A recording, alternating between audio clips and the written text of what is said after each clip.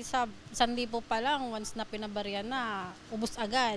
Goal ni Pamela na makaipon ngayong taon pero paano raw kung ang mahal ng bilihin? Halimbawa, sardinas. Yung sardinas na yun, hindi nakakasi sa isang pamilya yun. Kailangan makadalawang sardinas ka.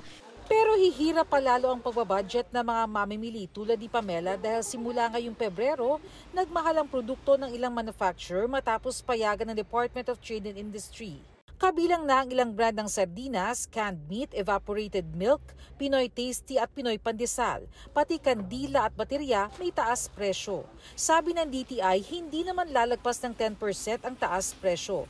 Ngayong linggo lalabas ang suggested retail price guide para magsilbing gabay sa mga mamimili. 2% to 9%, ganun yung range. Sa consumers, makikita na nila yung pagtaas in the next few weeks. In actual, Ayon sa Department of Trade and Industry, kabilang sa dahilan ng mga manufacturers sa kanilang hirit na taas presyo ay ang tumataas na gasto sa raw materials. Mahigit 60 produkto man ang magtataas ng presyo, mas marami naman daw ang hindi magtataas. Siguro sa merienda, magbabawas na lang siguro kami doon para ma-provide namin yung ibang pakakailangan namin na bilhin. Kung dati po malaking sardinas po yung binibili namin, ngayon po siguro isang sardinas na lang po, tapos sasabawan ko na lang po, igigisa na lang po namin. Ganun. Lalagyan po ng itlog.